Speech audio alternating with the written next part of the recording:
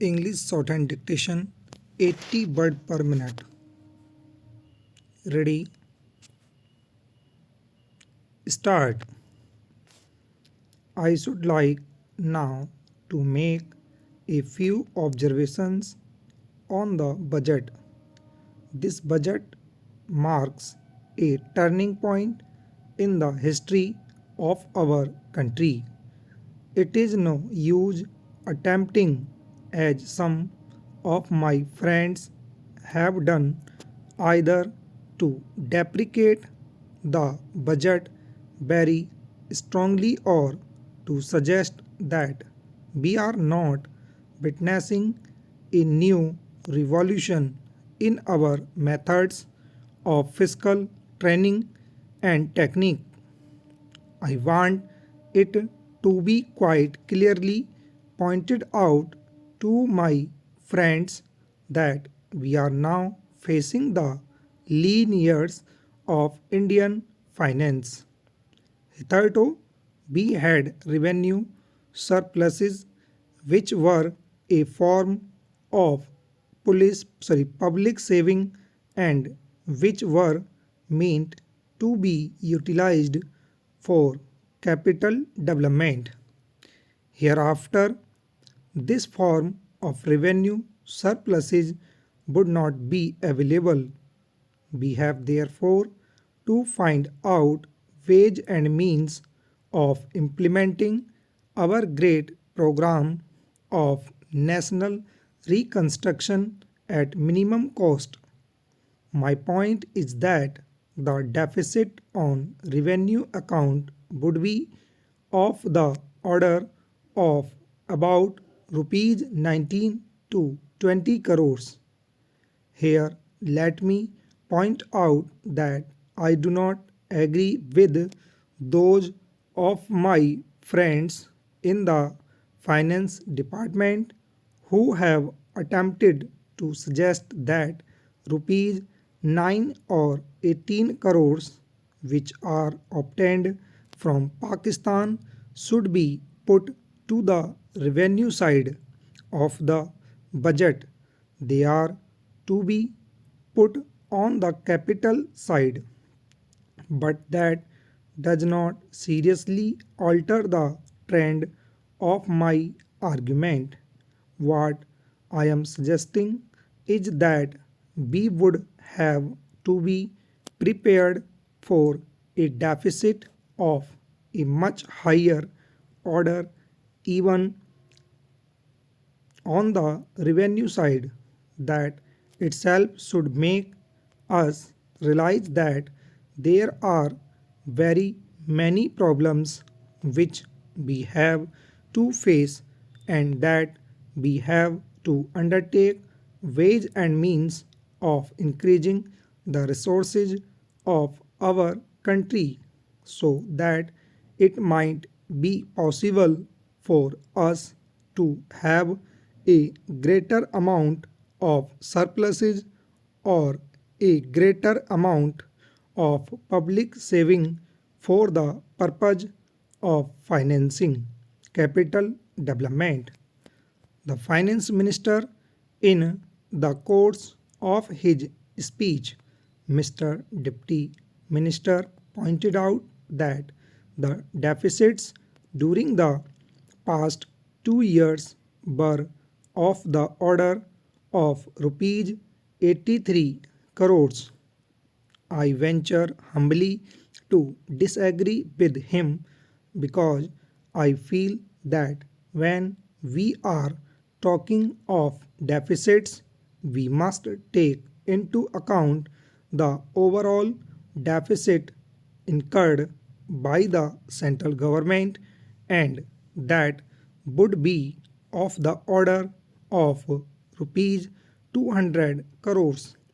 During the years of relatively light expenditure, we had a shortfall of about rupees 200 crores.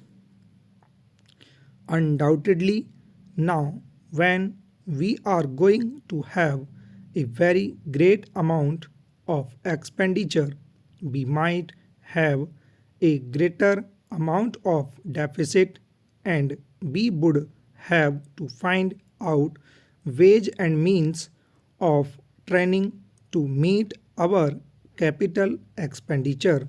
Some members have pointed out that deficit financing is good, others have pointed out that it is poison.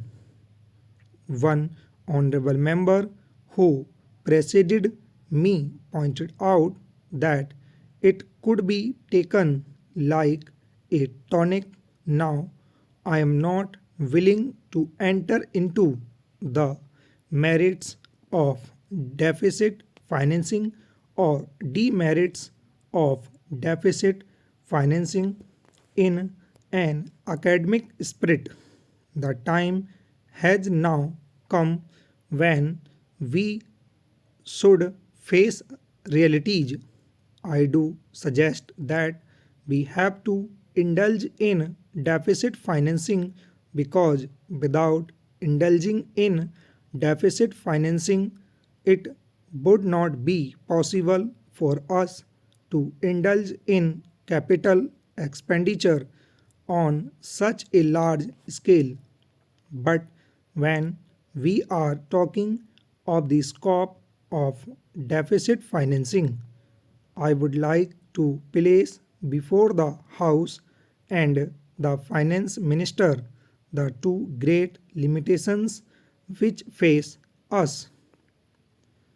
The first limitation that faces us is that concerning the internal price level, the Honorable the Finance Minister referred to the cost of living. He said that he was going to keep a watch over the cost of living so that it may not shoot up within a short period and make a mess of the plans of capital development. But there is another limitation which has also to be borne in mind, a limitation which has not received as much notice as it should have done in all the discussions that have taken place on deficit financing. That limitation is the external limitation or the limitation which arises on account of our balance of payments position. I think this is as important, Mr. Deputy Speaker, as the internal price level, and I should like to elaborate that particular point a bit more because I feel that a time will shortly arrive when we might have either to reconsider our policy or might even have to leave the sterling club of which we are a member. The second serious limitation is as serious as the first. What would be the consequences of deficit financing on our balance of payments?